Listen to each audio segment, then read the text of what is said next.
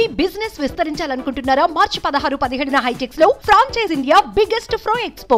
సినిమాల ప్రభావం జనాల మీద ఏ మాత్రం ఉందో తెలియదు కానీ నేరస్తుల మీద మాత్రం దీని ప్రభావం బాగానే ఉంది.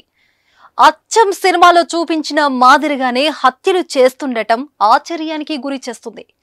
అవునండి, మీరు విన్నది నిజమే. తాజాగా అచ్చం సినిమా స్టైల్లో హత్య నేరం చేశారు నిందితులు. ఓ మహిళను అత్యంత కిరాతకంగా గొంతు కోశారు. అనంతరం దొంగతనం జరిగినట్లుగా చిత్రీకరించారు.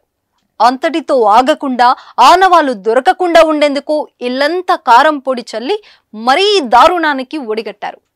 అచ్చం సినిమాలాగే ఉంది కదా, ఇది నిజంగా జరిగింది. ఇంత క్రూరంగా ఆలోచిస్తున్నారంటే వీళ్ళు అసలు మనుషులేనా?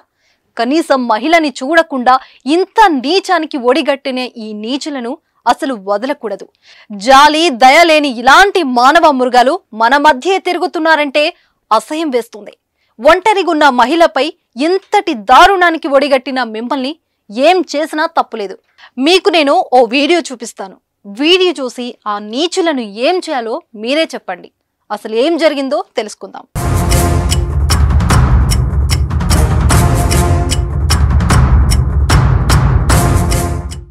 రాజన్న సిరిసిల్ల జిల్లా వీర్నపల్లి మండలం వన్పల్లి గ్రామంలో శనివారం ఈ ఘటన చోటు చేసుకుంది.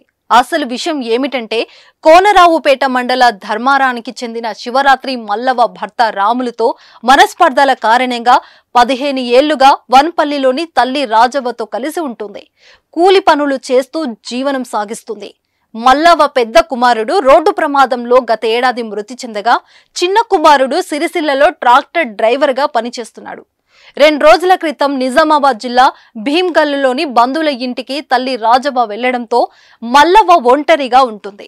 శనివారం రాత్రి ఆమె నిద్రిస్తున్న సమయంలో గుర్తు తెలియని వ్యక్తులు ఆమెను కత్తులతో గొంతు కోశారు.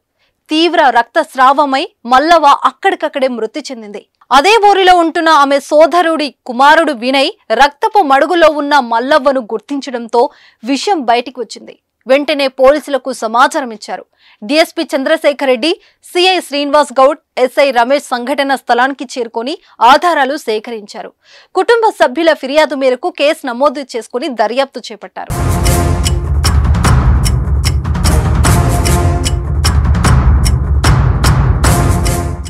అయితే హత్య చేసిన హంతకులు తప్పించుకునేందుకు చాలా తెలివిగా వ్యవహరించారు. దొంగతనం జరిగినట్లుగా చిత్రీకరించేందుకు ప్రయత్నించారు.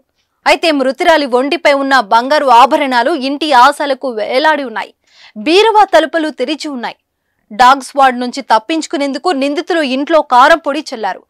నిందితులు మృతురాలు పెనుగులాడిన ఆనవాళ్లు కూడా కనిపించాయి. ఇంట్లో లభ్యమైన ఆధారాలను పోలీసులు సేకరించారు.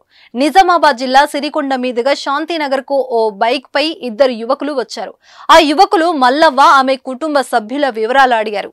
వారు వివరాలు అడిగిన మరుసటి రోజే మల్లవ్వ మృతి చెందడం పలు అనుమానాలకు తావిస్తుంది. ఆ యువకులను గుర్తించేందుకు పోలీసులు ఆ మార్గంలో ఉన్న అన్ని సీసీ కెమెరాలను పరిశీలిస్తున్నారు.